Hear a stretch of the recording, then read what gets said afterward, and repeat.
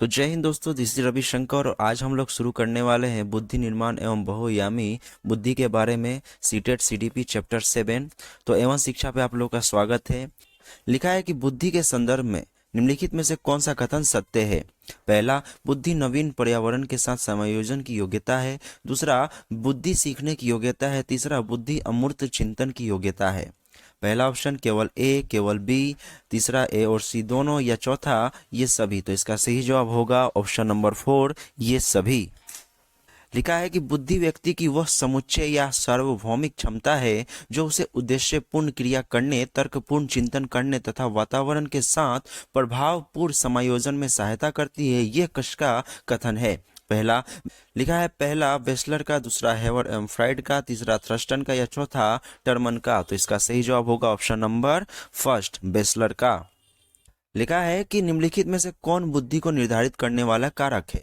पहला वंशानुगत कारक, दूसरा वातावरणीय कारक, तीसरा वंशानुगत एवं वातावरणीय दोनों कारक, या चौथा उपयुक्त में से कोई नहीं। तो इसका सही जवाब होगा ऑप्शन नंबर थर्ड, वंशानुगत एवं वातावरणीय दोनों कारक। लिखा है, यदि व्यक्ति ने अपने वातावरण से सामंजस्य करना सीख लिया या सीख सकता है तो उसे बुद्धि है, उसमें बुद्धि है। बुद्धि की ये परिभाषा किसने दी है। थॉर्नडाइक ने, रायबर्न ने, काल्विन ने, या फिर चौथा थॉमसन ने। तो इसका सही जवाब क्या होगा। इसका सही जवाब होगा ऑप्शन नंबर थर्ड, काल्विन ने। लिखा है, निम्नलिखित में से कौन बुद्धि की परिभाषा नहीं है। पहला, बुद्धि कार्य करने की एक विधि है। दूसरा, बुद्धि ज्ञान अर्जन करने की क्षमता है। तीसरा, जीवन की अपेक्षाकृत नवीन परिस्थितियों से अपना सामंजस्य करने की व्यक्ति की योग्यता ही बुद्धि है। या चौथा, राजनीतिक, आर्थिक एवं सामाजिक शक्ति प्राप्त करने के लिए प्रयुक्त उक्ति बुद्धि है। तो इसका सही जवाब होगा ऑप्शन नंबर 4, राजनीतिक, आर्थिक एवं सामाजिक शक्ति प्राप्त करने के लिए प्रयुक्त उक्ति ही बुद्धि है। लिखा है कि जो बुद्धि सिद्धांत बुद्धि में सम्मिलित मानसिक प्रक्रियाओं जैसे पराघटक और बुद्धि द्वारा लिए जा सकने वाले विविध रूपों जैसे सृजनात्मक बुद्धि को शामिल करना है, वो है स्पीयरमैन का जी कारक, दूसरा स्टर्नबर्ग का बुद्धिमत्ता का त्रितंत्र सिद्धांत, या तीसरा बुद्धि का सावेंट सिद्धांत, या चौथा थर्स्टन की प्राथमिक मानसिक योग्यता। तो इसका सही जवाब क्या होगा। इसका सही जवाब होगा ऑप्शन नंबर सेकेंड, स्टर्नबर्ग की बुद्धिमत्ता का त्रितंत्र सिद्धांत। लिखा है कि एक शिक्षिका अपने शिक्षार्थियों की विभिन्न अधिगम शैलियों को संतुष्ट करने के लिए वैविध्यपूर्ण कार्यों का उपयोग करती है। वह डैश से प्रभावित है। पहला, जीन पियाजे के संज्ञानात्मक विकास के सिद्धांत से, दूसरा कोहलबर्ग के नैतिक विकास के सिद्धांत से, तीसरा गार्डनर के बहुबुद्धि सिद्धांत से, या चौथा वाइगोत्स्की के सामाजिक सांस्कृतिक सिद्धांत से। तो इसका सही जवाब होगा ऑप्शन नंबर थर्ड, गार्डनर के बहुबुद्धि सिद्धांत से। लिखा है कि बुद्धि एक कारक सिद्धांत निम्नलिखित में से किसने दिया। पहला विने ने, दूसरा टर्मन ने, तीसरा गार्डनर ने, या चौथा किम्बल यंग ने। तो इसका सही जवाब क्या होगा। ऑप्शन नंबर फर्स्ट, विने ने।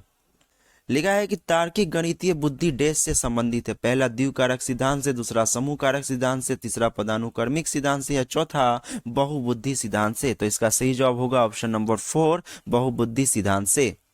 लिखा है, निम्नलिखित में से किस प्रकार की बुद्धि प्रयोग अंतरिक्ष यात्रा के दौरान होता है। पहला स्थानिक बुद्धि, दूसरा भाषाई बुद्धि, तीसरा शारीरिक गति बुद्धि, या चौथा सांगीतिक बुद्धि। तो इसका सही जवाब होगा ऑप्शन नंबर फर्स्ट, स्थानिक बुद्धि।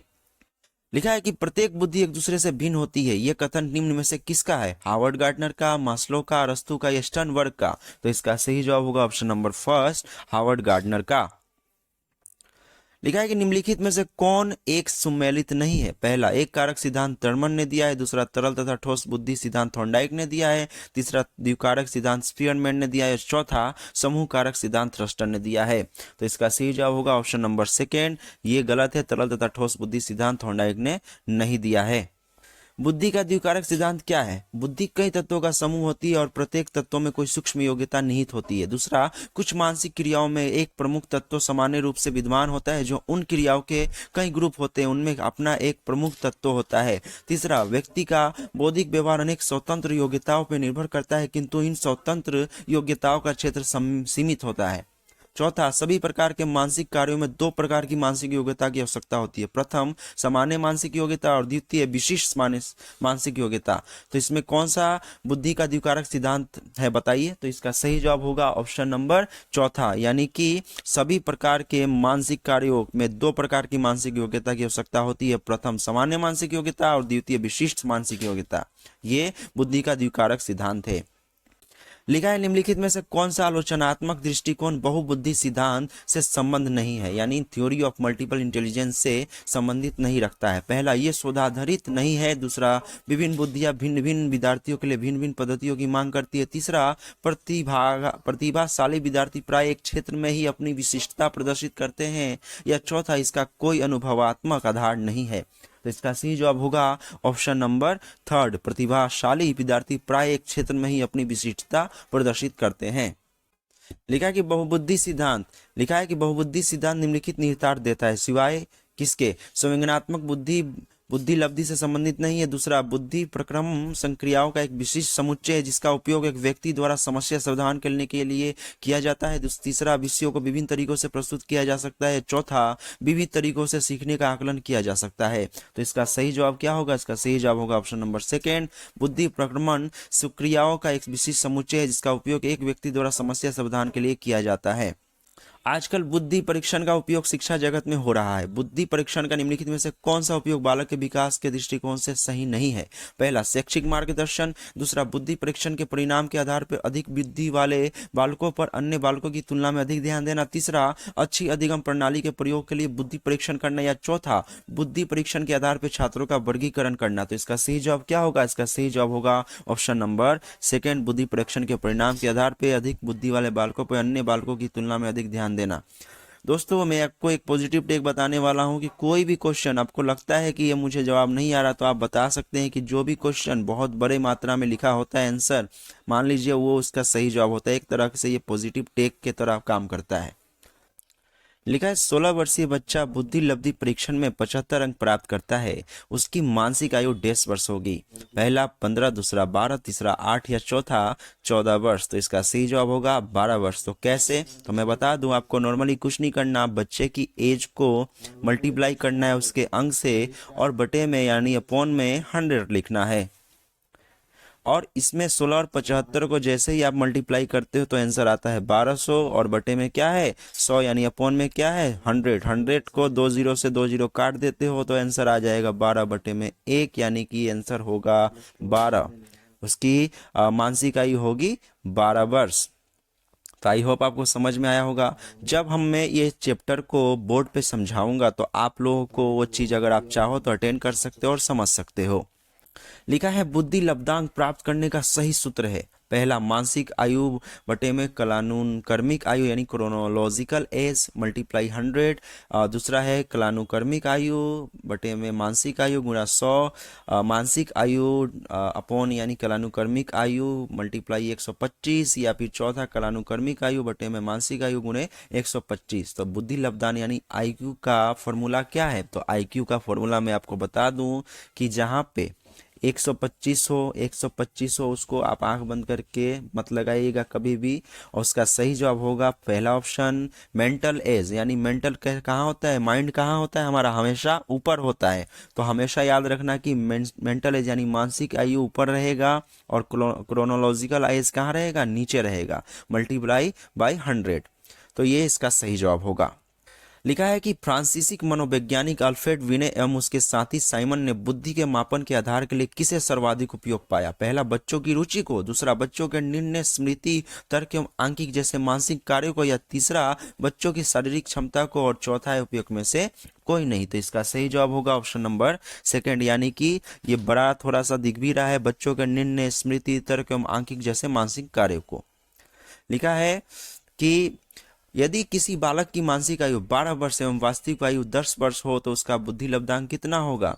तो इसका सही जवाब क्या होना चाहिए? तो इसका सही जवाब होगा ऑप्शन नंबर फर्स्ट, 120। तो मैं बता दूं ये कैसे होगा। तो नॉर्मली आपको कुछ नहीं करना है। अगर आईक्यू का फॉर्मूला आपको बता दूं कि आईक्यू का फॉर्मूला होता है आईक्यू बराबर यानी बुद्धि लब्धि बराबर मेंटल एज बटे में क्रोनोलॉजिकल एज कलानुक्रमिक जो बताया गया है मल्टीप्लाई 100। तो इसका मेंटल एज कितना है? इसका मेंटल एज है, नॉर्मली आप देख सकते हो, इसका मेंटल एज है 12 और इसका वास्तविक आयु कितनी है? आयु कितनी है? 10 वर्ष। तो 10 वर्ष में कैसे करोगे आप?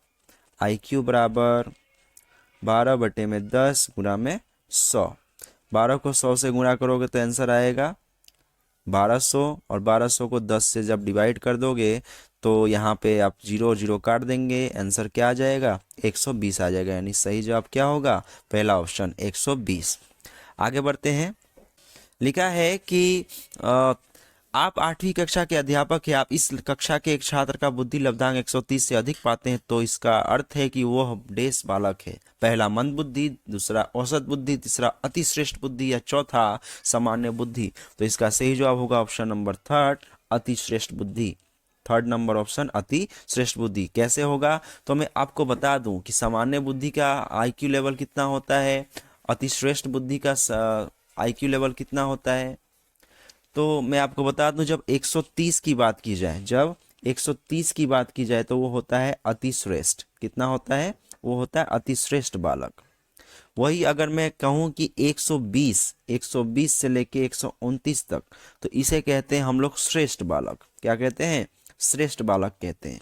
वही मैं कहूं कि 110 से 119, 110 से लेकर के 119, इसे कहते हैं हम लोग उच्च सामान्य बुद्धि वाला बालक, उच्च सामान्य वाला बालक। वही मैं कहूं कि जब अगर बात की जाए 90 से 109, 90 से 90, 90 डिग्री याद रखना, 90 डिग्री से क्या हम याद रखेंगे कि वो नॉर्मल इंसान, नॉर्मल बच्चा होता है, सामान्य बुद्धि का बच्चा होता है, सामान्य बुद्धि वाला बच्चा। ये आपको याद करने वाली चीजें हैं। और एक और चीज याद कर लीजिए कि 80 से 89 के बीच में वो मंद बुद्धि होता है, जो एग्जाम में पूछा जाता है हमेशा।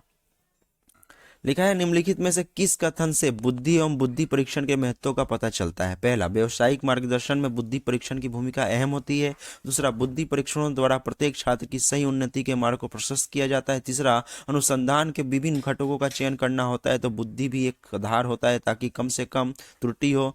ऑप्शन पहला ए और बी दोनों होगा, दूसरा केवल बी होगा, तीसरा बी और सी दोनों होगा, या चौथा उपयुक्त सभी होगा। तो इसका सही जवाब होगा ऑप्शन नंबर, इसका सही जवाब होगा ऑप्शन नंबर 4 उपयोग सभी होगा। लिखा है कि एक अच्छे शिक्षक के रूप में व्यक्ति को बुद्धि परीक्षण के परिणाम जानने के बाद निम्नलिखित में से किस व्यवहार से बचना चाहिए। पहला, परिणाम के आधार पर सुधार के लिए परामर्श देना। दूसरा, परिणाम के आधार पर कम बुद्धि वाले बच्चों का चयन कर उन्हें कठिन कार्य करने से रोकना। तीसरा, बुद्धि परीक्षण का उपयोग अनुसंधान में बच्चों का व्यापक सहयोग लेने में करना। या चौथा, शिक्षक को बुद्धि परीक्षण के परिणाम के आधार पर कोई भी कार्य नहीं करना चाहिए। तो इसका सही जवाब होगा ऑप्शन नंबर 2, परिणाम के आधार पर कम बुद्धि वाले बच्चों का चयन कर उन्हें कठिन कार्य करने से रोकना।